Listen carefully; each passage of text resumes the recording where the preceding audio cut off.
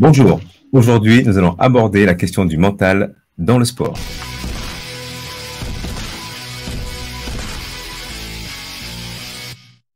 Bonjour à tous, bienvenue sur notre chaîne Athlétique Lactique. Salut Eddy, comment tu vas? Ça va et toi? Ça va, c'est toujours un plaisir de se retrouver le lundi pour aborder différents sujets de sport Ah bah en oui, ça général. va être intéressant aujourd'hui je pense. Ouais, petit sujet vraiment, vraiment sympa. Et ouais, parce que comme tu le sais, dans le sport, on parle toujours de physique, mais très rarement du mental. C'est vrai. Ça va être c'est un élément très important. Ce que je te propose des 20h49, c'est qu'on tarde pas, on lance le live. C'est parti.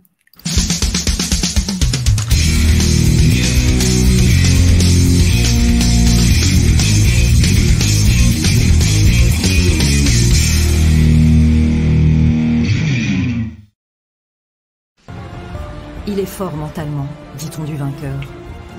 Quand ils l'emportent, les champions sont considérés comme des demi-dieux. Mais quand ils perdent, la litanie des commentateurs sportifs est toujours la même. Ils ont perdu au mental. Mais qu'est-ce que le mental d'un athlète? Comment fonctionne-t-il? Peut-on entraîner son cerveau comme un muscle pour être encore plus performant? Pour moi, la part du mental dans la performance à très haut niveau, c'est 90%. Le cerveau, je pense que ça sera la future clé de la performance. J'en suis intimement convaincu. Voilà, ça nous met un peu en condition avec ces extraits que j'ai pu récupérer dans une émission. Ah bah, ça résume, ça apporte quelques éléments clés de ce qu'on va parler, hein. Comme j'entends, là, 80% du mental est dans la réussite. Bah, c'est vrai, faut être réaliste, hein. Si le cerveau ne suit pas, bah, en course à pied, les gens ne vont pas suivre. Ou dans le sport, si le mental n'est pas présent, bah, tu peux vite fait t'effondrer, hein. Oui, oui, c'est vrai. En plus, alors après, c'est vrai que je pense qu'on va nous aussi distinguer aussi à le niveau aussi amateur et le mental dans le haut Oui. niveau. Mais dans tous les cas, c'est vrai que c'est un élément Mm, qui reste complexe en fin de compte, hein. mm, mm. Mais c'est Ça vrai reste que complexe. quand on discute souvent avec autour de nous, ouais, c'est un sportif, c'est un athlète, et physiquement il peut y arriver, t'as vu comment il est costaud et tout ça, il peut courir vite et tout. On parle beaucoup de physique, mais rarement du mental, de cet élément qui va te permettre de te surpasser. Oui, mais c'était que c'est une donnée en fin de compte qui est arrivée assez récemment, enfin en tout cas en France, hein, parce qu'avant c'était un peu, nous on s'est mis un peu tardivement en fin de compte, hein, par rapport à cette aspect psychologique. Comme tu dis, avant c'était que le physiologique, on se disait bon bah il est bon, et c'est vrai qu'en France on a un peu tardé hein, par rapport à Hmm. ça, à se dire ok maintenant il faut intégrer peut-être peut-être le mental, mais on y reviendra sûrement pendant notre Oui, discussion sur un et peu c'est vrai, l'historique. je pense qu'on en parle de plus en plus grâce à Teddy Riner. Teddy Riner est l'un des premiers à avoir un coach mental depuis le début. Depuis qu'il s'est mis dans dès qu'il est en haut niveau, c'est le premier qui a un coach mental qui le suit. Et cette personne l'accompagne, que ce soit dans les moments difficiles, les moments plus positifs et tout ça. Ouais, c'est un des premiers. Je pense que c'est à partir de là que ça s'est peut-être un peu Oui. développé. Alors moi, je pense que c'est plutôt un des premiers que peut-être qu'on a parlé ouvertement. Peut-être que Ah, je pense qu'il y en a qui le faisaient déjà, mais tu sais, c'était peut-être un peu, comment dire, un peu pas honteux, quoi. tabou? J'ai un préparateur mental ou un préparateur sportif, j'en parle pas, quoi. Je Ouais. pense, hein, parce que le mouvement est quand même depuis, toi, les années 1900, on va dire 1980 pour la France, et donc et je pense que c'était un peu en sous-marin, quoi. Je pense que les gens n'osaient Ouais. pas dire. Toi, alors que les États-Unis, tu vois, l'Allemagne, je pense que c'est des pays qui étaient déjà plus ouverts sur ce plan-là, quoi. Et si on fait un parallèle dans le sport, que ce soit à l'école et tout ça, on est en retard. Regarde, quand tu prends aux États-Unis, on parle des, comment ça s'appelle, de bourses pour les sportifs, on parle de sport, ils font du sport l'après-midi. Ils ont l'école le Ouais, matin, l'après-midi. Nous, ici, c'est 1 heure de sport, aller 2 fois dans la semaine. Toi, on n'a pas la culture sport. Et dans ces pays-là, ils sont en avance par rapport à ça. c'est À vrai. mon avis, ça y joue beaucoup là-dessus. Ouais. Évidemment, on pourrait se poser la question, mais c'est quoi pour nous, enfin, la définition du mental c'est assez Ah oui, complexe. En fait. Toi, c'est très tu penses complexe. que toi, tu aurais quoi comme définition? Enfin, j'apporterai la Bah mienne déjà, après. c'est le mental, c'est comment t'expliques déjà, c'est un truc immatériel. C'est pas une chaussure une chaussure, un vêtement, on va dire, c'est factuel. Ça se voit pas, ça se touche pas et tout. Et pas facile à travailler. Alors, le mental, pour moi, c'est personnel. Je pense que c'est personnel. Tu peux avoir des sportifs très, très, mentalement très forts. Cristiano Ronaldo, ce Oui. mec, il a un mental de fer.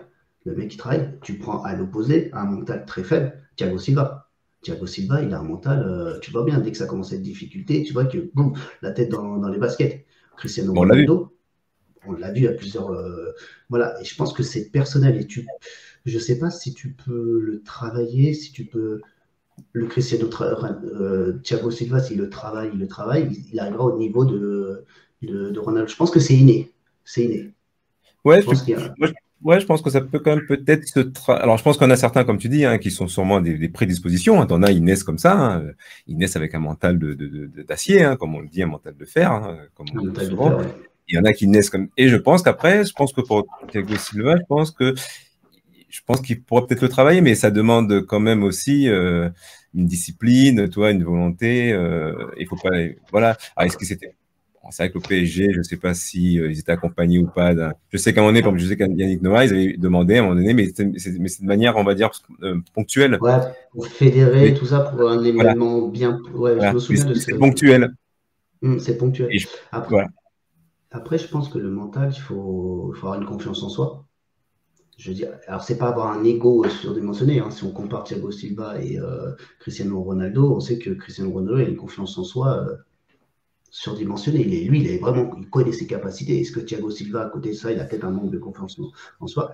Il y a aussi l'envie de toujours être le numéro un. Cristiano Ronaldo, il a toujours. Je compare les deux, hein, parce que Ouais, moi, ouais. et tu vois, Thiago Silva, est-ce que c'est pas contenté d'être un bon joueur? Voilà. Et après, et puis il y a l'envie de se surpasser. Il a envie de se surpasser. Voilà, je pense qu'il y a des éléments comme ça. Tu vois, quand on parle de la confiance en soi, je prends un exemple. Est-ce que tu te souviens du penalty de Zidane en Coupe de France contre l'Italie? Ouais, ouais. Là, c'est pareil, c'est un exemple où tu vois que le mec, il a un mental. Il a une confiance en soi pour tenter ce geste technique, la Panenka, ce jour-là, en finale de coupe du Monde. Il faut vraiment avoir. Oui. Bah, c'est sûr qu'il faut pas douter, hein, ça c'est sûr. Hein, ouais. Il ne faut pas douter. Voilà, moi je pense que voilà, le mental, ouais, c'est une donnée immatérielle. C'est le travailler, oui, le travailler peut-être avec des gens qui ont un mental déjà fort. Et puis ça te permet de prendre des exemples et tout ça. Et après, peut-être qu'il faut être accompagné. Alors, c'est vrai que si on prend la définition du Larousse, hein, toute simple, hein, si on prend une définition, le Ok, Larousse bien dit vu. qui se fait seulement dans l'esprit. Tu vois, la définition, on va dire littéraire comme ça. Mais c'est vrai que je pense que c'est vrai comme tu dis, c'est immatériel parce que ça se passe dans l'esprit en fin de compte. Mais je pense, après j'en parlerai peut-être après, j'ai lu une petite revue qui parlait que c'est certes l'esprit, mais connecté au corps en fin de compte. Et les Oui. deux, finalement, sont indissociables au final. Et ben tu sais quoi, vas-y, termine. Ouais. Oui, ouais, et c'est pour ça que ça demande un travail sur soi. Et je pense que peut-être des gens comme tu prenais l'exemple de Thiago Silva, je pense que des gens comme Cristiano Ronaldo ont fait ce travail. Ça peut être inné ou ça peut être en tout cas dès le départ, mais je pense qu'il faut travailler sur soi. Et si tu fais pas ce travail sur soi, je pense que t'as beau être. En plus, Cristiano Ronaldo, physiquement, le gars, il bosse. Donc, t'as le corps, t'as le physique lié au mental. Je pense que là, c'est le feu, quoi. Ouais, c'est ça. Ouais, c'est tout à fait. Et je voulais venir par rapport à ce que tu disais tout à l'heure. C'est vrai que j'ai lu un truc souvent, par exemple, si on prend un joueur de tennis, on dit que le mental compte autant que la partie technique et physique. Pourquoi? Parce que techniquement et physiquement, le mec, il va pouvoir trembler les balles, mais si dans la tête, il ne suit pas, il va faire des doubles fautes, il va s'énerver, et c'est là qu'il perd le match. Et souvent, Ouais. on parle que les joueurs individuels ou le golf, c'est ces sports-là. Le mental joue beaucoup parce que tu peux vite fait plus être dans le match, plus être concentré. À la différence d'un sport collectif où tu es 11, si à un moment donné, mentalement, tu n'es plus dedans, tu as ton copain qui peut te rattraper tes erreurs derrière. Et toi, te remettre dedans. Dans un sport individuel, je pense que oui, parce que on est d'accord que sur le sport, bon, il y a 4 aspects. Il y a le physique, la technique, il y a aussi la stratégie et la tactique, hein, selon le sport auquel on s'adresse, et il y a le mental. Mais comme je suis d'accord avec toi, le mental va avoir une importance peut-être plus forte dans un sport où tu es seul en fin de compte, et aussi un sport qui va demander, comme le golf. Moi, je ne joue pas, toi, je sais que tu es un amateur de golf, mais c'est vrai que là, la moindre petite faute peut te mettre en dehors du match. Et c'est vrai que le tennis. Et l'adversaire peut prendre facilement le pas sur l'autre quand c'est un sport individuel. Voilà, c'est pour ça que la définition de la rose, oui, c'est intellectuel et tout ça, parce que derrière, ça peut être. Si tu n'es plus dedans, si tu es en off, voilà. Ouais, c'est vrai. Toi, vu. Vas-y, je t'arrête juste un petit point. En marathon, on parle souvent, en course à pied, dans les derniers où c'est difficile, de mettre le cerveau en off. C'est à ce moment-là où tu réfléchis plus. Il n'y a plus le mental, il n'y a plus rien qui rentre, tu mets en off et tu déroules. Tu vois, on en parlera tout à l'heure, que tu as le mental au départ sur une partie, puis c'est la différence, et puis vers la fin, tu es obligé de mettre ton cerveau un peu en mode. Alors est-ce que tu le mets, justement, est-ce que tu le mets pas en off parce que tu sens que ça part en cacahuète, tu te dis, oula, avant que le mental prenne le dessus dans le mauvais sens, je le verrouille, ça serait intéressant ça peut être ou du style, là tu es fort mentalement, tu mets ton cerveau en off et puis tu gardes ton allure. Voilà, ça serait bien ça double tranchant. C'est pas mal. On a un petit bonjour de Enfouz, fidèle au poste. Hein. Ah, il est toujours là. Toujours là, voilà. Merci Enfouz. Salut Enfouz. En tout cas, on salue tous ceux qui nous regardent, parce que on voit quand même une 4e personne qui nous regarde. Donc voilà, bienvenue sur la chaîne. Ouais. C'est vrai qu'on est de plus en plus, ça fait même pas un mois qu'on a lancé ces petits lives sur ce nouveau réseau Switch, et puis on est de plus en plus, on voit des retours assez positifs et tout ça, et ça nous motive à continuer. Oui. Alors, si tu veux, je voulais, avant qu'on développe encore plus globalement, on est déjà bien parti avec, déjà en 10 minutes, on a déjà abordé pas mal de thèmes. Moi, j'avais lu un petit comment ça s'appelle, une étude qui parlait un peu, des éléments qui vont limiter la performance, et notamment en endurance, la course à pied, le vélo, le ski. En gros, c'est la fatigue, la fatigue. Et il y avait Tim Knox, c'est un médecin sud-africain, qui lui avait mis en avant la place du cerveau au centre du système en tant que régulateur d'effort, si tu veux. Et lui partait du principe, alors lui il appelle ça la théorie du gouverneur central. C'est-à-dire que lui, il pense que c'est le cerveau qui envoie des signaux ou pas au corps en fin de compte. Et donc il distinguait un peu les données périphériques et les données centrales. Les données périphériques, c'est les données un peu physiologiques, c'est la fatigue musculaire, la température du corps, l'oxygénation, l'hydratation, par exemple en endurance, le stock de glycogène, etc., etc. Et bien sûr la douleur, la douleur. Et il opposait ça avec,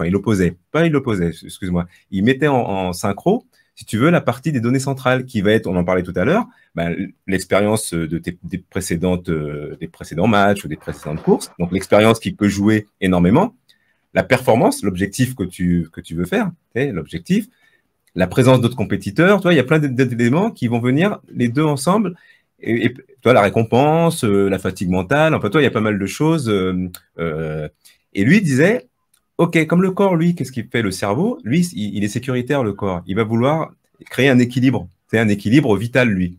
Donc, il va peut-être parfois te freiner. Parce que lui, comme il veut te protéger, il va d'abord et c'est pour ça qu'on crée c'est pour ça qu'on est... Lui, il parle de la fatigue. Mais pas la fatigue en tant que chose physique, il parle de la fatigue en tant qu'émotion. Fatigue mentale, Pardon? Une fatigue mentale. Oui, non, c'est-à-dire que la fatigue, pour lui, c'est la fatigue que tu ressens quand tu cours, c'est une fatigue que t'envoie le cerveau avant coureur, si tu veux. C'est-à-dire que lui, il se dit, ok, on sait que tu peux aller au-delà, je sais que tu peux aller au-delà, mais le cerveau, lui, te dit, non, vas-y pas. Toi, tu n'y vas pas parce que moi, les signaux que j'ai, la fatigue que j'enregistre, ta température, elle baisse, etc. Donc, il dit, si on peut leurrer le cerveau, en lui faisant croire qu'on peut aller au-delà, on va chercher à le tromper, si tu veux, pour mieux performer. Et c'est à ce moment-là, par exemple, on prend l'exemple, pourquoi il parle d'émotion? On a tous fait des courses où on est cuit. Tu sais, t'es cuit, tu fais un 10 km, t'es au taquet. Et les 400 derniers mètres, tu piques un sprint tout seul ou sur les crosses. T'en vois, ils sont morts. Et sur les 100 derniers mètres, ils te lâchent une accélération. Même moi, je me fais un claquage. C'est-à-dire que... Et donc, lui, il veut prouver par là que, tu vois, ça veut dire que tu avais encore une réserve, c'est-à-dire quelque part que le cerveau avait conservé. Donc, ça prouve qu'au niveau motricité, hop, tu pouvais encore donner, quoi. Mais si tu écoutes ton cerveau, tu le fais pas. D'ailleurs, il avait une petite phrase je trouve qui résume un peu ça. C'est la phrase qui dit après, écoutez votre cerveau, c'est lui qui commande, mais ce n'est que son avis.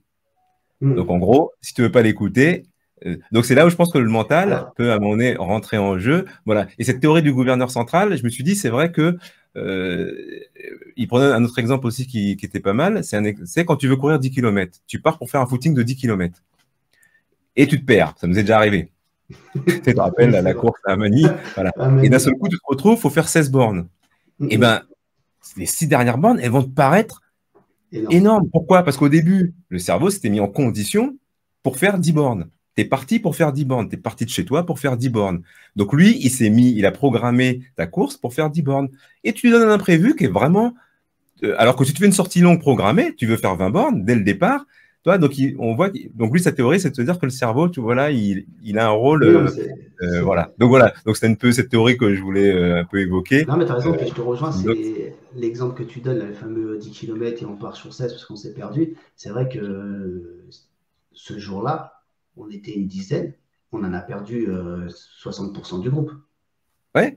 Et il y avait Parce des que coureurs pourtant. et il y avait des coureurs. Et peut-être qu'à ce moment-là, mentalement, ils étaient focus sur 10 km. Allez, on en peut aller à 11, mais 16, quand on leur a dit 16, bah, c'était une montagne à surpasser et on a perdu tout le Oui. monde.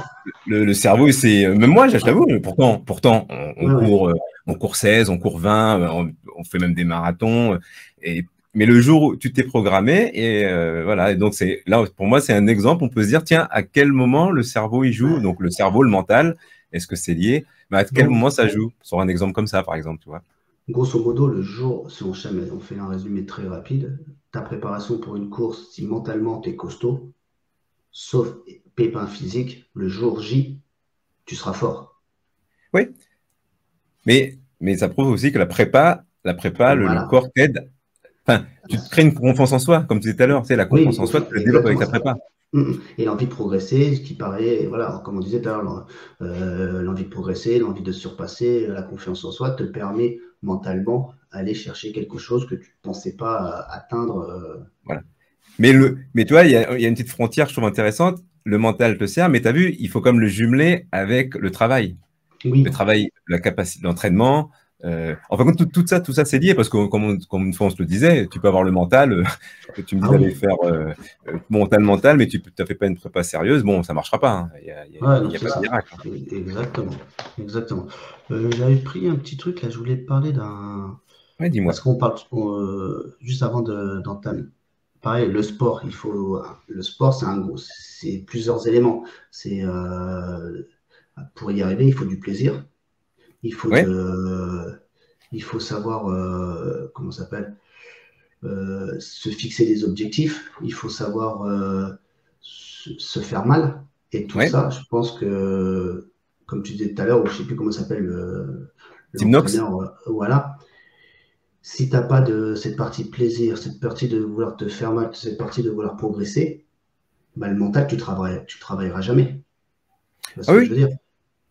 Tout Ouais, ça, mais en c'est fait, pas compte, parce que j'ai envie, toi, comme je te dis, ça peut être j'ai envie de faire telle course ou j'ai envie d'être footballeur professionnel. Si c'est pas en le disant, il faut le travailler. Il faut, il faut se donner les oui, moyens, faut travailler. Tout ça, oui, c'est pas qu'une question d'envie, c'est aussi faut le travailler, oui, faut ce qu'on disait tout à l'heure, c'est quand on a pris l'exemple de Ronaldo et de Sadio Xhaka, je voilà. disais tout à l'heure, il faut un travail, il faut un travail sur soi pour pouvoir. Ça serait trop facile si on avait un mental. S'il suffit Mais de claquer des doigts et se dire je vais avoir un mental, ce serait trop simple. ça reste la clé, ça reste l'élément important pour atteindre nos objectifs. Pour moi, Oui, le oui, oui, mental. oui. De toute façon, enfin, je pense que à niveau égal, à un moment donné, ce qui peut faire la différence au haut niveau ou pas au niveau, bah, ça va être le mental. C'est-à-dire que tu as Mm. t'as deux Deux coureurs athlètes du même niveau, tout du même pareil. niveau, un qui peut douter trop facilement. Eh ben, Et c- toi, Thiago Silva, je pense que physiquement, bon, bah, mm, je pense pas que ça soit quelqu'un qui soit faible physiquement. Toi, tiens. mm.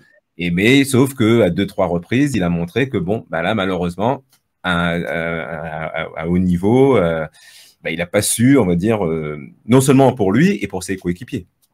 Mm. Et qu'est-ce que je voulais dire d'autre?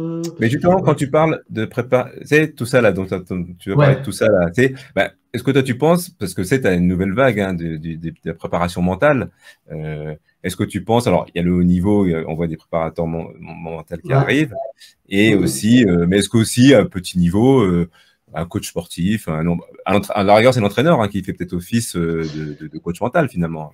L'entraîneur a multicasquette, à plus bas niveau, entre guillemets, un plus bas niveau dans le sens, Ouais. en opposition avec le haut niveau, je parle, attention. Ouais, très bonne question. Oui, pour moi, si on veut parler du coaching mental, je pense qu'il y a deux trucs.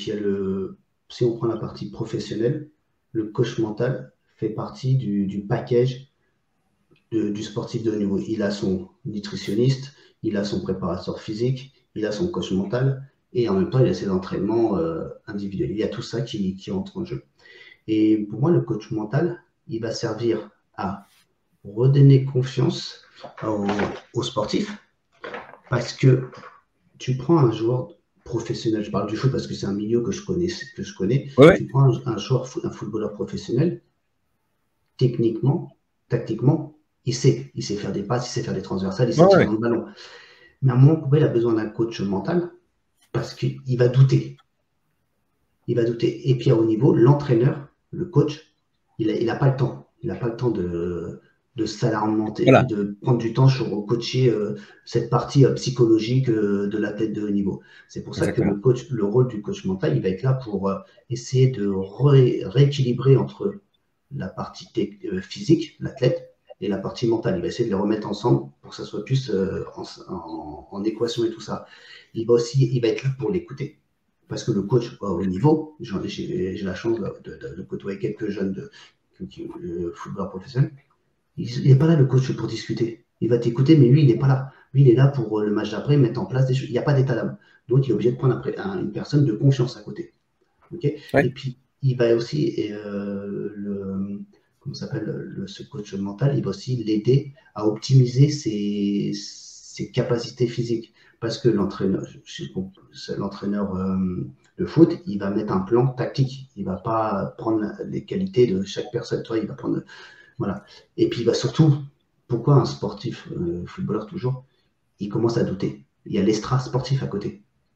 On sait qu'à l'heure actuelle, avec tout ce qui est médias, réseaux, avec les sollicitations, ben là, il va se perdre. Et le coach mental, il va être là pour l'accompagner.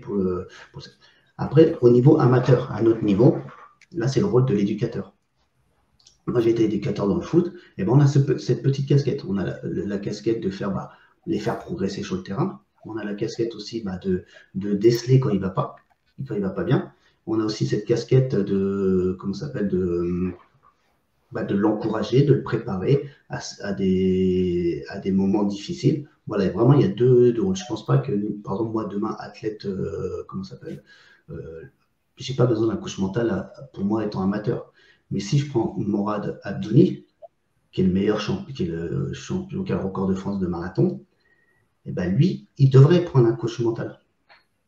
Tu vois, il devrait avoir un coach mental pour pouvoir l'accompagner, parce que l'entraîneur, il est là pour le coacher, mais je ne pense pas qu'il a le temps de jouer au psy. Hein. C'est pas un psychologue, c'est quelqu'un qui va dire t'inquiète, Morad, tu sais courir, tu as les 20 km/h, ton allure cible, tu la connais.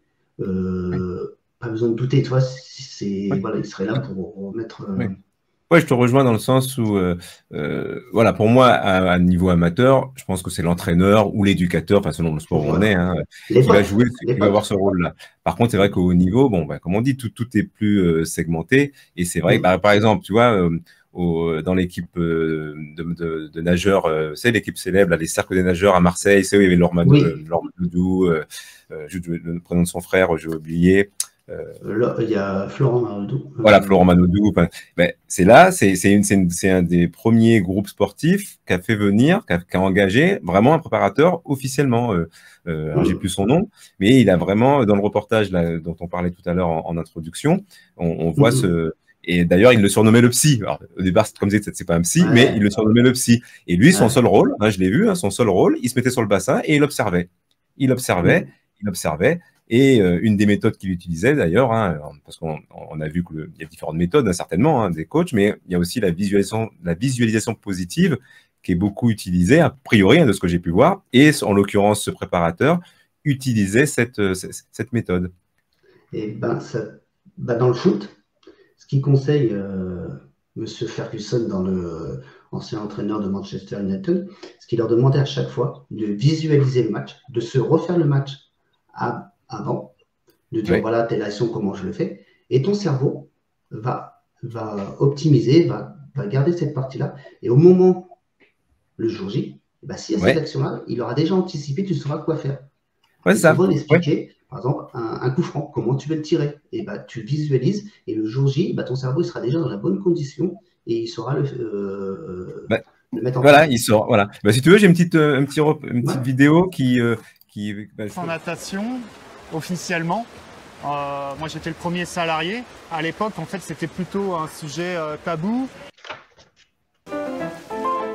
Pendant des années et des années, on a cru, à tort, que les émotions, c'était l'ennemi, en fait, notre ennemi, qu'il fallait les combattre, qu'il fallait surtout pas ressentir des émotions, alors que c'est complètement l'inverse. Lors de sa séance de musculation, Florent va mobiliser plusieurs zones de son cerveau pour ancrer ce souvenir. Le cortex visuel va stocker l'image de la machine de musculation. Le cortex auditif va enregistrer le son des poids qui s'entrechoquent. Le système limbique va mémoriser l'émotion et l'énergie positive qu'a ressenti Florent durant sa séance. L'hippocampe, qui joue un rôle important dans l'apprentissage, va mémoriser ce souvenir associé au mot puissance.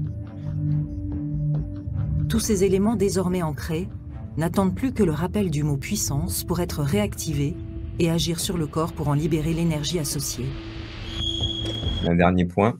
L'activité neuronale va être très comparable entre une activité imaginée, une activité exécutée. On pourra même d'ailleurs rajouter une activité observée.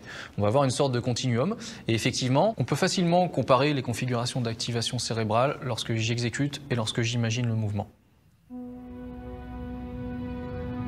En violet, les zones actives du cerveau lorsque Thaïs exécute réellement ses mouvements sur les barres asymétriques.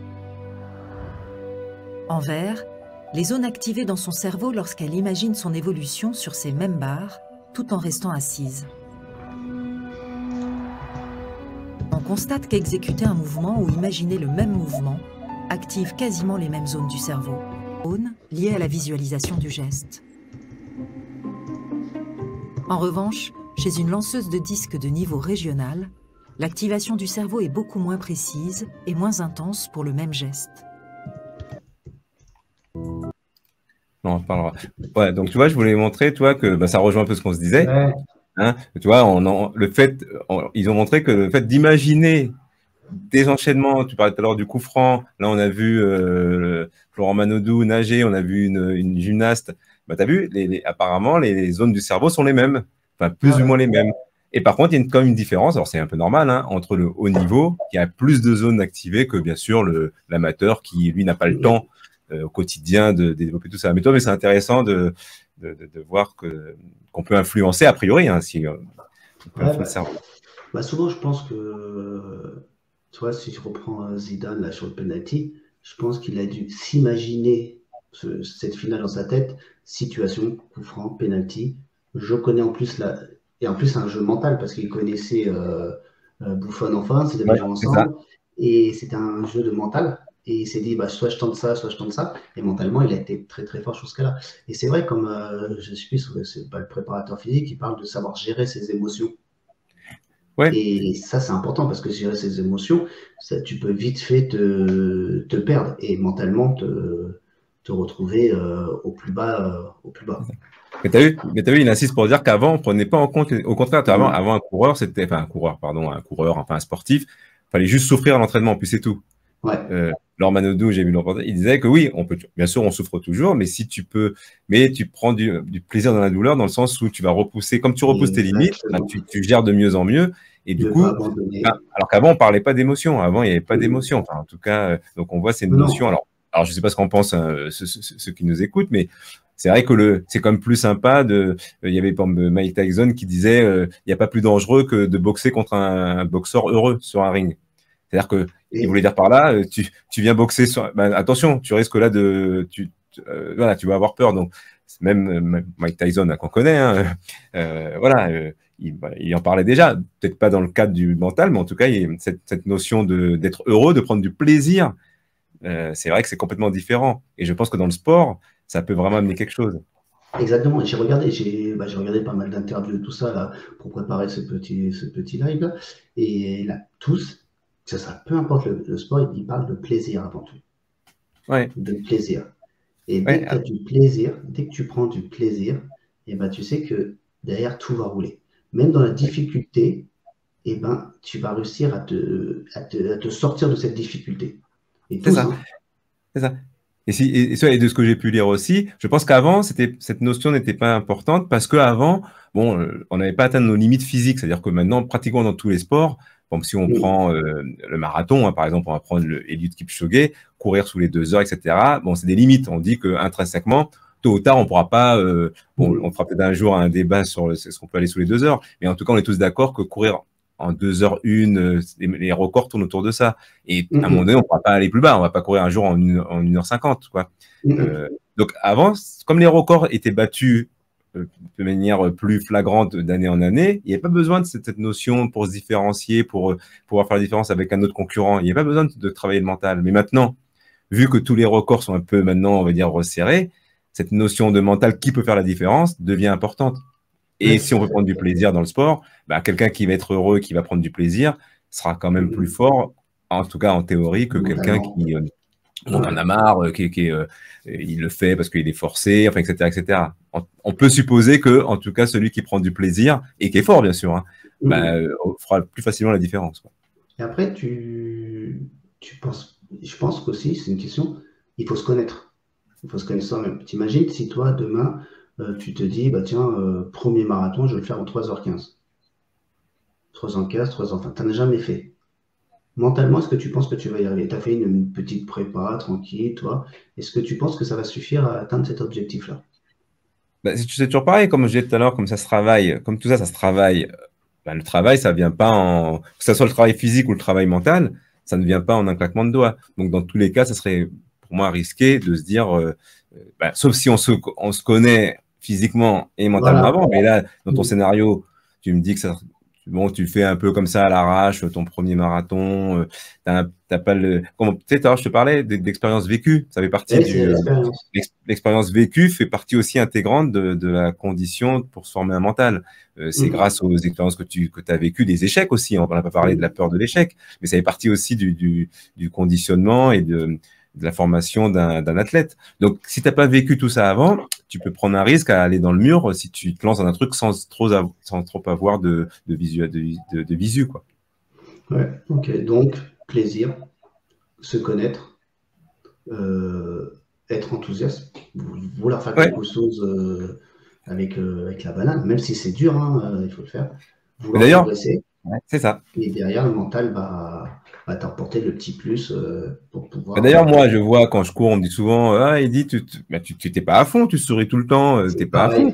Alors moi, je leur dis, bah si, je suis à fond, mais sauf que, quitte à être à fond, si je peux encore, si je peux prendre un peu de positivité à droite, à gauche, avec des retours de supporters, de gens qui viennent te voir ou qui t'encouragent, bah, si je peux échanger de cette manière, bah, je préfère, même si dans ma tête je suis cuit, hein. Mais justement, moi c'est un peu ma façon de, voilà, ce quand je peux. Alors il y a des fois tu peux pas, si t'es mort, t'es cuit, mais je vois au marathon de Paris là quand j'étais dans la douleur et tout, mais l'ambiance, donc j'ai puisé un peu ce mental avec l'aide des autres ou concurrents qui t'encouragent quand ils te dépassent, ou ben les gens les supporters sur les côtés qui viennent t'encourager. Donc voilà, ça fait partie aussi du savoir comment, comme dit, il faut se connaître. Moi, je me connais, je sais que c'est quelque chose qui peut être moteur chez moi. Donc, je cherche, comme j'étais dans le dur, je me suis dit, Eddy, là, il faut que tu cherches tout ce qui peut t'amener à terminer cette course, tout en prenant du plaisir quand même. Voilà. Pour le marathon, tu cherchais plutôt vite fait une station de métro pour rentrer au plus vite. J'avais pris le Navigo, hein. J'avais pris le Navigo au cas où, hein. Les 5 zones, j'avais les 5 zones, hein, au cas où. Non, mais voilà, mais ça aussi, pour moi, c'est se connaître. Je suis parti, je suis pas parti en mode, je me suis dit, on sait jamais. Vu que je connaissais la blessure que j'avais, ce que j'avais eu il y a 2-3 semaines avant, je savais que éventuellement, vu la douleur que j'avais eue avant, ça pouvait couper net, ça pouvait passer, ça casse ou ça passe. Et je me dis, si ça casse, eh ben, je vais pas non plus me surblesser, eh ben, je vais m'arrêter et je prends mon passe Navigo. Il faut d'abord se connaître. J'ai terminé parce que je sentais qu'a priori, bon, alors on ne sait jamais, hein, mais voilà, mais c'est vrai que c'est un élément un peu important. Je pense que Ce jour-là, mentalement, tu étais fort parce que tu savais très bien, parce que tu aurais pu abandonner, hein, parce que la souffrance, parce que je te connais, la douleur, elle aurait pu prendre le dessus, mais tu as su t'adapter. Mentalement, tu t'es dit, allez, je vais prendre des petits plus à droite et à gauche, et c'est passé comme ça. Et puis tu as fini avec le sourire. Hein. Bah oui, T'as bah tu fini. sais, on parlait tout à l'heure de travail. Ben, la préparation aussi m'a aidé mentalement. C'est-à-dire, nous, on l'a fait à distance, mais ensemble. Donc, tu repenses quand tu cours, tu repenses à nos blagues en chambre. Tu te dis, tiens, Ludo, il a fait une grosse séance. Tiens, moi, j'ai fait j'ai pas fait tout ça pour ça, quoi. J'ai pas fait tout ça pour m'arrêter au pied de la Tour Eiffel.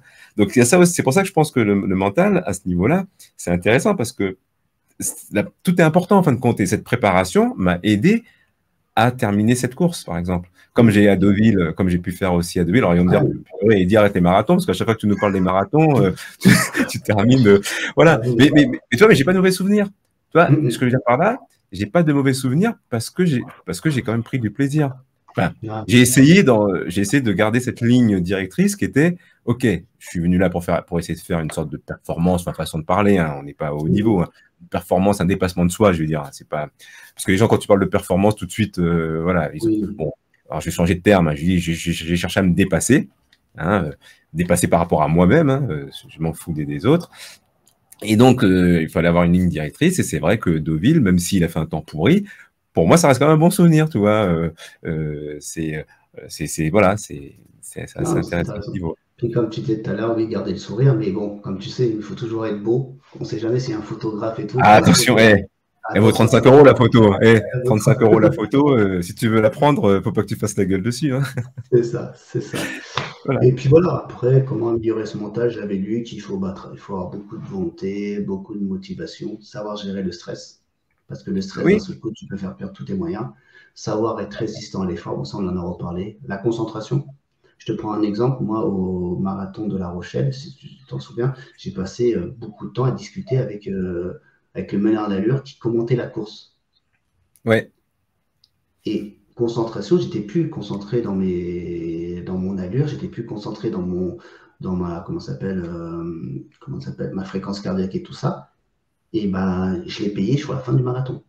Ouais, j'ai fait un chrono, un bon chrono, mais pas ce que je pensais faire. Si vraiment j'étais resté concentré, focus sur ma course, et ben, sûrement, j'aurais pu atteindre l'objectif que je m'étais fixé, moins de 3 heures. Bon, je fais 3h01, mais j'aurais pu, voilà, gagner cette fameuse minute et tout ça. Et je pense que cette concentration permet de... Mais c'est intéressant ce que tu me dis là en termes de sensations, parce que le dernier live qu'on a pu faire, c'est sur le Running Flow.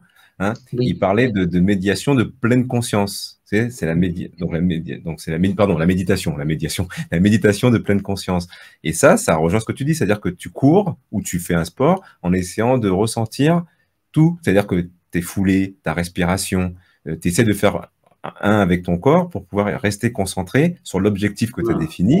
Et c'est ce dont j'avais parlé hein, dans le flow running, hein, le flow running.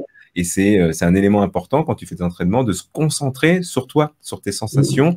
Ça rejoint un peu ce qu'on a vu tout à l'heure avec la visualisation positive, où on essaie de se concentrer sur soi. Et voilà. Non, mais c'est vrai. Et puis, voilà, après, s'adapter à l'effort et tout ça. Et si on refait un petit mot sur le coach mental, c'est vrai que c'est un métier qui a le boom à l'heure actuelle. Est-ce que ça l'approche des JO de Paris 2024? Je ne sais pas, mais j'ai l'impression qu'on voit partout. Alors, ils expliquent comment devenir coach mental. Et ben, ils préconisent d'avoir un Doug Staps, d'avoir fait 2 ans de Staps. D'accord. Après, t'orienter, parce que maintenant, avant, quand tu faisais Staps, tu partais, c'était que pour être prof de sport. Tu faisais tes 50 et maintenant, quand tu as un Doug Staps, tu peux partir soit continuer pour être prof de sport, soit t'orienter vers du marketing sportif où tu as la branche coach sportif et coach mental. C'est vraiment spécifique. Voilà. Mais maintenant, il y a de plus en plus, comme tu peux, via tes heures de formation, faire une formation coach mental. Mais voilà, tout le monde peut le faire. Toi, tu as des heures de formation que tu payes, que tu cotises tous les mois et tout ça. Avec tes heures de formation, tu peux faire le CPF. Le CPF, exactement. Tu peux faire cette formation de coach mental. Je crois que sur la durée, c'est 1 mois. Mais bon, ils préconisent que tu aies un vécu de sportif, un Doug Staps parce que tu as des données. Mais toi, demain, s'il dit tu veux te faire coach mental, tu peux. Après, et ce diplôme te permettra de coacher des sportifs, et partir aussi coacher des chefs d'entreprise. Ouais. Bon, ça, c'est un autre débat, mais voilà, on peut Ouais. coacher. Mais tu sais que Gros Piron, tu te rappelles de Gros Piron, Oui. un skieur de boss, bah lui, il s'est reconverti dans le coaching mental et dont la partie entreprise. C'est pour ça qu'il coach Ok. aussi des chefs d'entreprise. Il ne fait pas que par rapport au sport. C'est quelqu'un qui avait aussi un gros mental, hein, rappelle-toi. Enfin, Ouais, tout à fait. d'ailleurs, on parlait d'arrogance. Il était considéré comme arrogant alors qu'il était juste ambitieux. Mais comme Ronaldo, comme Mbappé, quand tu annonces ton ambition, on a tendance tout de suite à l'associer avec de l'arrogance. Et je trouve ça un peu dommage parce que non, c'est juste des athlètes qui se sentent bien, qui ont un mental. Et lui disait par exemple, un Gros Piron, il disait que lui, pourquoi il avait cette attitude, entre autres, c'est parce qu'il dit qu'il faut envoyer des marqueurs aux concurrents. Parce que l'intimidation, ça fait partie regarde, dans un couloir de stade de foot, tu sais, quand les gars ils se mettent côte à côte, il faut intimider. Un Zlatan, il va t'intimider. Mais peut-être que lui, il est aussi peur. Peut-être qu'il a aussi peur que toi, mais sauf que lui, il va pas le montrer. Lui, il va t'envoyer un marqueur fort, tu vois. Et lui, il disait ça. Il disait que, en plus, c'était un sport avec du jury. Tu sais, t'avais un jury. Donc lui, il disait, il voulait montrer, quand il avait annoncé à l'avance qu'il voulait être champion du monde de ski sur boss, il disait, voilà, il dit au juge, là en face de toi, tu as le gars qui a annoncé qu'il veut être champion. Et donc voilà, et lui, il expliquait que voilà, c'était comment dire, très important de marquer son territoire. Et du coup, lui, il a arrêté le ski il s'est dit qu'est-ce qu'il pouvait trouver comme activité pour garder cette motivation, cette adrénaline. Il s'est dit, bah tiens, coach mental. Donc il s'est formé en coaching mental, avec lui un vécu de fou, quoi. Un vécu de fou. Mais bon, voilà ce qu'on peut. Je sais pas si tu as d'autres trucs sur. Oui, alors il y a aussi quelque chose, qu'on oublie, il y a aussi l'inverse, tu sais, tout ce qui est les blocages et ceux qui font la santé mentale, on entend chez les sportifs, la santé mentale et ceux qui font des dépressions. Et je vais te montrer quelques petites photos d'athlètes bien connus qui, malheureusement, alors on trouve ça surtout au niveau, je pense, hein, je pense pas qu'au niveau amateur, quoique, hein, quelqu'un qui fait beaucoup d'échecs, même au niveau amateur, peut peut-être tomber dans une sorte de dépression, oui. Avant que tu lances ça, j'ai un truc qui vient de passer par la tête, là. La blessure. Est-ce que tu penses que ça fait partie d'un mentalement? Si tu es blessé, est-ce que mentalement tu veux dire quelqu'un qui se blesse à répétition ou Ouais, blessure à répétition. Comment tu fais pour revenir mentalement? C'est chaud, ça. Ah, ouais. Ah oui, de toute façon, et je pense que là, c'est pour ça que je pense que là, par contre, le rôle du coach peut avoir son importance. Je pense aussi, voilà, que ce soit un amateur ou professionnel. Oui. Je pense que nous, si demain on a des blessures à répétition sur du long terme, je pense qu'un coach mental pourra venir nous remettre sur, pas le droit chemin, mais nous remettre dans la bonne lignée pour. Oui. En plus, j'ai envie de dire, bon, nous, on n'est pas de prendre, parce que les gens vont dire, oui, mais un préparateur mental, je peux. Mais préparateur mental, comme je disais tout à l'heure, c'est spécifique dans le sport de haut niveau. Mais d'aller voir un sophrologue, enfin, il y a d'autres professions qui abordent cette partie méditative, cette partie visualisation. Donc, c'est sûr que nous, à notre niveau amateur, on va peut-être pas se payer peut-être un coach mental. Pourquoi pas? Enfin, je ne bouge pas. Mais il faut pas oublier que je pense qu'on le retrouve dans d'autres styles de professions qui peuvent amener la même chose, hein, finalement. Le préparateur mental, lui, va être dédié vraiment à ça. Ça va être son boulot purement, mais on peut retrouver ça dans différents corps de métier, je pense.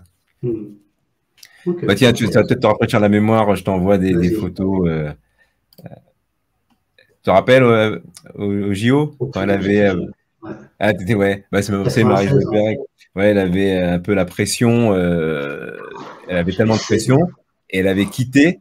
Tu sais, à l'époque, il y avait une concurrente, Cathy Freeman, et tout le monde, c'est vrai que je me rappelle, hein, enfin, moi je suis plus vieux, mais tout le monde voulait voir Cathy Freeman gagner, enfin hors France, hein, je veux dire. Hein.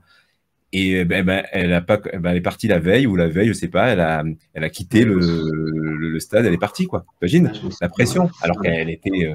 Il y a aussi c'est la tennis américaine Amanda. Alors, c'est Anisimova, hein, qui avait annoncé comme ça, du jour au lendemain, qu'elle quittait, qu'elle mettait un terme à sa carrière. Okay. Tu vois, du jour au lendemain. Il y avait aussi, je ne sais pas si tu te rappelles d'elle, on avait imposé à Roland Garros, elle avait refusé de faire des interviews. Oui. Et elle n'avait pas supporté, enfin, elle avait aussi abandonné je m'en souviens, ouais. abandonner le tournoi. C'était Naomi Osaka. J'ai pris une petite note. Par exemple, il y a aussi, elle, c'était Capriati. Jennifer Capriati, qui pareil, surdose de médicaments. Enfin voilà, c'est plusieurs athlètes. Bon, il y a Lorna Manodio aussi qui avait une petite phase un peu.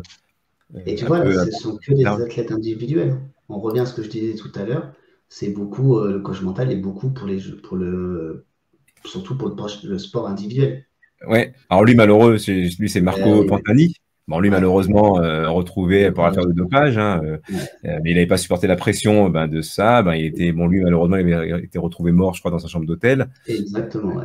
Donc lui, c'était un peu chaud. Ouais. Et j'ai une petite exception du coup à ce que tu viens de dire. Je crois que c'est lui qui vient derrière. Jérémy Toulalan. Je sais pas, à l'époque de Niasna, tu sais, tu te rappelles, là, après la Coupe du Monde, il avait avoué que, tu sais, après l'affaire du bus, lui, il avait une petite phase où il n'avait pas pu, il avait mis du temps à se relancer, quoi.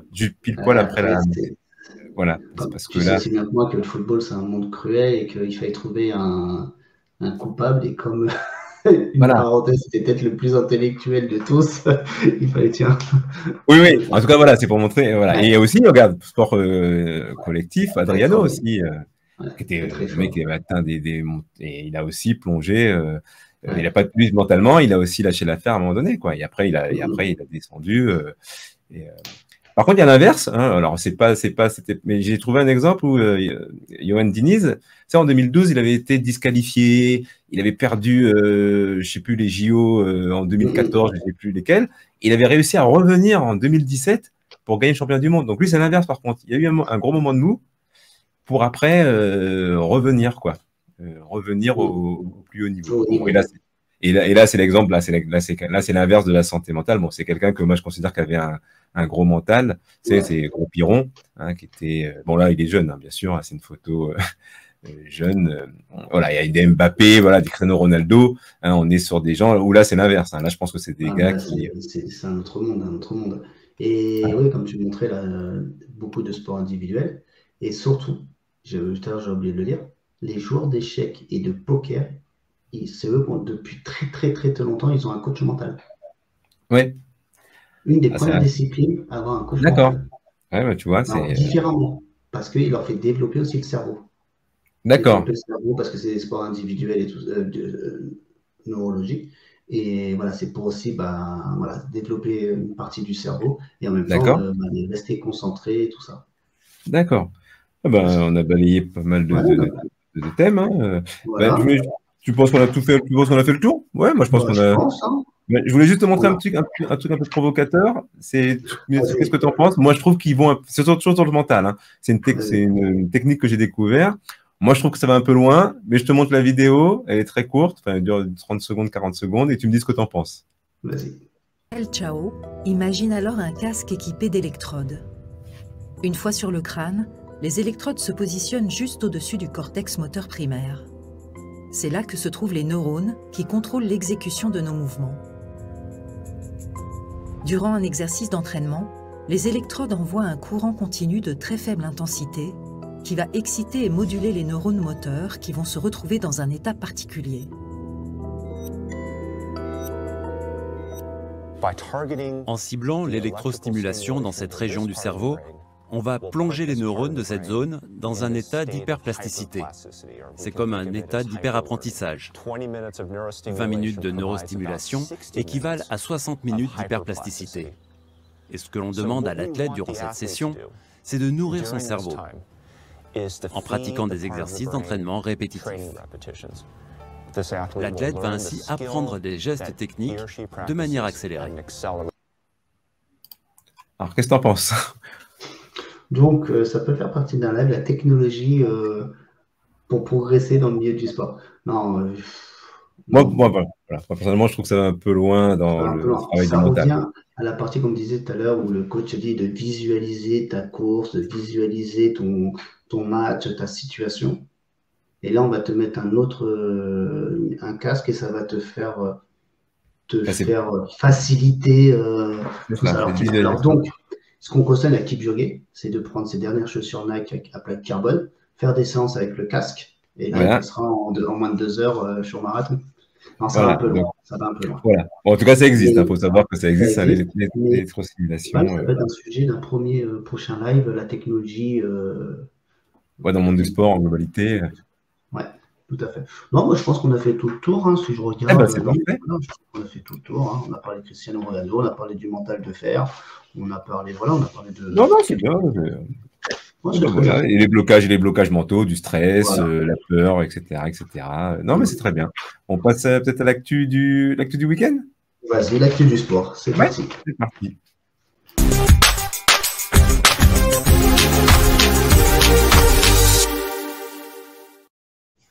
Bon, l'actu du sport ce week-end. Alors, il y a eu, bon, tu sais, la grosse, parmi le milieu running, c'était les interclubs. Les Ouais, interclubs, et, comment ça s'appelle? C'est une compétition, tous les clubs de sport, bah voilà, c'est très bien. Il y a 39 épreuves, c'est sur 2 tours. C'était ce week-end, et le prochain, c'est dans 15 jours. Et dans 15 jours, on saura qui sera le. Voilà. Très bien, voilà, ouais, pareil, j'ai pris les mêmes notes. ouais, mais c'est pour illustrer, je te laisse se développer. Alors voilà, il y a 39 épreuves, ça va comme tu disais, 100 mètres, 200, 400, de la haie, de la longueur, du javelot, du disque et de la marche. Je ne savais pas qu'il y avait de la marche aussi. Voilà. D'accord, ouais, moi non plus, ouais, j'ai découvert ça. C'est du 3000, j'ai La vu. marche, 3000, 5000, il y a du 3000, 5000. Et ensuite, tu as différents. Les groupes, c'est les élites, tu as les 16 meilleurs clubs. Après, c'est comme du football, des classements. Après, tu as National 1A, 1B, 1C. 1A, ça va de 17 à 32. 1B de 33 à 48. Et après, ça finit de 49 à 64 places. Voilà à peu près comment c'est fait.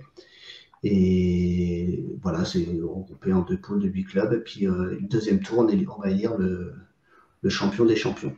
D'accord, Moi, top alors. j'ai noté quelques records sur ce week-end-là. Le record sur 100 mètres, 10,33. D'accord. C'est les records. Là, je te donne quelques records. 200 mètres, 20 secondes 67 sur 200 mètres. Ouais. Le Alors, 400 mètres en 46 secondes 66. Allez, 47 secondes. Ouais. Wow, ça va vite. Par exemple, la marche, le 5000 marche, écoute bien, 19 minutes et 06 secondes. Tu mets combien, toi, sur 5 km en courant? Bon, déjà, bah là, je crois que je mettrais 25 minutes, une demi-heure. Là. Voilà, 20 minutes. Il y a eu le marteau, c'est des distances et tout ça, 70 mètres. La hauteur, 1,85 m sur en hauteur. Tu vois, des petits trucs Après, comme ça. Voilà. j'avoue, je suis moins spécialiste pour me rendre compte après sur Ouais. sur les agrès, là, comme ça, mais. Et alors, par exemple, le 3000 en 8 minutes et 1 seconde, et le marathon, 2h29. D'accord. Voilà. Ouais, donc c'est du bon niveau. Et je pense que la semaine prochaine, ça va être un peu plus coriace parce que ça va être un peu les champions de tous les départements présents. D'accord. Voilà pour Bah, c'est tout. On salue nos clubs alentours, hein, le Val d'Europe, Roissy-en-Brie, parce que tout le monde était un peu de Gand, de Noisy-le-Grand, Champs-sur-Marne. C'est vrai qu'ils étaient tous au taquet, parce que on constate qu'il y a beaucoup d'athlètes c'est pas leur spécialité, et ils se lancent pour pouvoir honorer, donner des points au club. Hein. Il y a beaucoup d'athlètes qui se disent, bah, allez, je vais faire un coup de javelot, même si j'ai jamais lancé un javelot, j'y vais. Et donc c'est pas mal quoi aussi. Hein. C'est vrai que c'est une autre façon de voir l'athlète. C'est ça. Et c'est un bon moment de partage. C'est dommage, j'ai pas une vidéo. Souvent sur le 110 mètres steep, je crois que c'est ça. Et ben t'as toujours, tu sais, t'as la haie, puis en dessous t'as le bassin. Et ben il saute dedans. Et ouais, et avec la fatigue. Ouais, et avec la fatigue, c'est pas facile, hein, ça, c'est assez compliqué. Et souvent, le dernier tour, les mecs, ils font esprit, et t'as tout le monde qui applaudit à ce niveau-là pour faire la plus belle figure en sautant, genre le poisson. D'accord, d'accord. Il y avait une vidéo qui a circulé, mais j'ai pas eu le temps de la récupérer. Et voilà, bon, j'essaie de la récupérer pour la prochaine fois pour la mettre dans la partie insolite. D'accord. Bah tiens, en parlant d'insolite, ça te dit de terminer sur ça? Je voulais, si tu veux, dis-moi. Ah oui, vas-y. Du marathon de Prague. Ah oui, le marathon. Qui a été élu le plus beau marathon du monde. Oui, d'accord, je ne sais pas. Moi non plus. Il date de 1995. C'est un tout petit marathon. Le premier, c'est un Kenyan, Alexander Mutuso, 2h05 et 9 secondes. D'accord. Le premier français, c'est Alexis, je ne connais pas, Gorad, en 2h31, 29 secondes. Il a terminé 29e. C'est une belle perf quand même. Et la première femme, une Éthiopienne, alors Workensef Egesa, voilà, en 2h21, 2h20 et 41 secondes. Et tu Voilà connais le ce que. profil ou pas du tout? Tu connais le profil de course ou c'est plat ou pas? On sait Non, pas. non, je me suis pas. Non, non, Ouais, non, c'est c'était vrai. Non, par non, rapport au record, je me disais, par rapport au temps, je me ah, demandais. ouais, c'est vrai que j'aurais pu regarder là-dessus. Non, ils expliquent que c'est un marathon où tu fais plusieurs villes. Tu passes le long de la Seine, plusieurs villes du monde. Par exemple, tu passes au bord de l'eau qui représente la Seine à Paris. Tu passes dans une ville où tu as l'impression que c'est Berlin. Enfin, ils expliquent comme ça. Tu as plusieurs pays d'Europe. Il paraît que c'est un des D'accord. plus beaux marathons. Il faut que j'aille Voilà. le voir sur le net là, parce que c'est le plus beau marathon du monde. Ouais. Ça doit être vraiment Et un sympa. dernier, parce que là, c'est plutôt pour. C'est celui de Biarritz. C'est la deuxième édition. Il y a eu 8000 Oui. participants. Et par rapport à l'année dernière, il y a eu moins de 15% de participants. D'accord. Ah oui, c'est en baisse. Les organisateurs, ils ne savent pas pourquoi. Est-ce que c'est parce que c'était un long week-end et tout ça? Et voilà. Et le gagnant en homme, il a mis 2h36. C'est quelqu'un de là-bas. Est-ce que c'est quelqu'un des Landes? Et puis la première femme, elle a mis 3h15. Et il y D'accord. avait Mauresmo, la tennisman, présente, parce qu'elle habite dans les Landes maintenant, elle a fait le marathon. Et elle a terminé en deuxième en 3h16 minutes et 41 Ah secondes. ouais, bah, pas mal, hein. Voilà. Mais c'est vrai, je veux Ouais. juste voir pour dire que, te montrer que le Biarritz, il y a eu moins de 15% par rapport à l'année dernière. Généralement, quand Ouais, c'est un premier marathon, tu commences petit, puis tu montes en nombre oui, de en plus, participants. Biarritz, c'est bon, c'est vendeur, C'est quoi, bon. Ouais, normalement. C'est c'est normalement des bon noms. aussi. Oui, Ouais, le peut-être nom, pour le ça aussi vendeur. que. C'est Le sûr nom, que. le Oui, vendeur. ouais, le nom, ouais. C'est peut-être pour ça qu'il n'y a pas grand monde, hein. Enfin, qu'il y a moins de monde, quoi. Peut-être maintenant. Voilà. Peut-être, ouais. Ça serait bien de savoir l'année prochaine, on surveillera, du Ouais, coup, on va pour voir surveiller l'année ça. Voilà. prochaine. Ouais. Voilà. Ok. Tu voulais parler des insolites? Bah oui, parce que là, on a une petite heure ensemble, peut-être pour terminer, sauf si tu avais quelque chose d'autre sur l'actu. Non, mais bon, on pourrait rester 2 heures à parler un peu, mais vas-y, balance Ouais, l'insolite. l'insolite.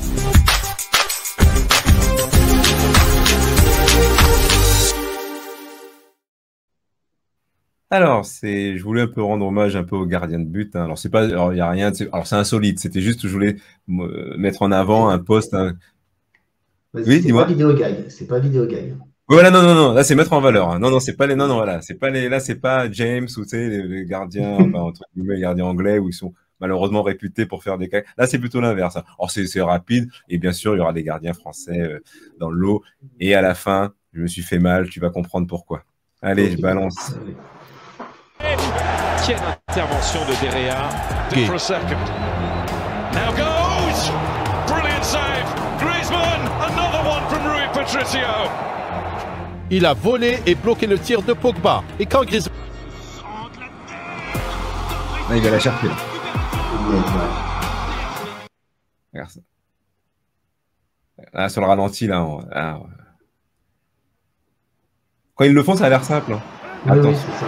Ah, la française, elle était à chercher. What a Celle-ci, hein, save! récemment. What a save by Magnon! He cannot believe it has not gone in the net. It's a brilliant header. How about the save from Magnon? Et là, on va commencer à empoisonner là-bas sur le centre. c'est pas là.